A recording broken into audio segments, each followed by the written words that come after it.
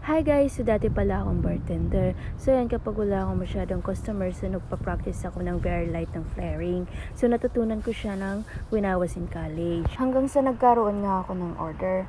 As a bartender is not easy. Kasi dapat mabilisan yung galaw mo. Dapat memorize mo yung ingredients, procedures ng menus, ng drinks na ginagawa mo. Kasi there is some time na makakancel kapag hindi mo siya nalabas according to the time na binigay kay customer. So, ayan nga, habang gumagawa ako, of course, nandiyan yung pinakamaganda kong manager, si Ma'am Maria de la Cruz. Shout out to you, Ma'am Maria. I miss you and hope to see you again. So, ayan. Dapat sa lahat ng ginagawa natin merong passion.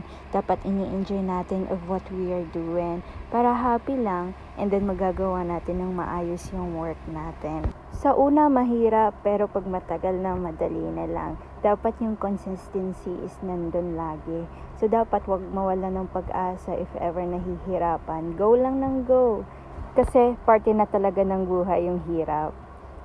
Ako sa una, sobrang nahihirapan din ako, nalilito. Pero of course, dahil sa dedication ko na matuto, gusto ko ma-accomplish, matapos yung work ko ng maayos.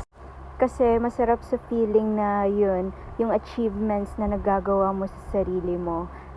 Na parang pwede mong sabihin sa sarili mo, worth it yung pagod. So, ayan, thankful ako sa mga taong nasa paligid ko. Hanggang sa, ayun na nga, yung phone ko nahulog sa tubig. Nag-dive po siya at tinawanan lang po ako. But anyway, I'm very grateful for my achievements. Thank you for watching, guys!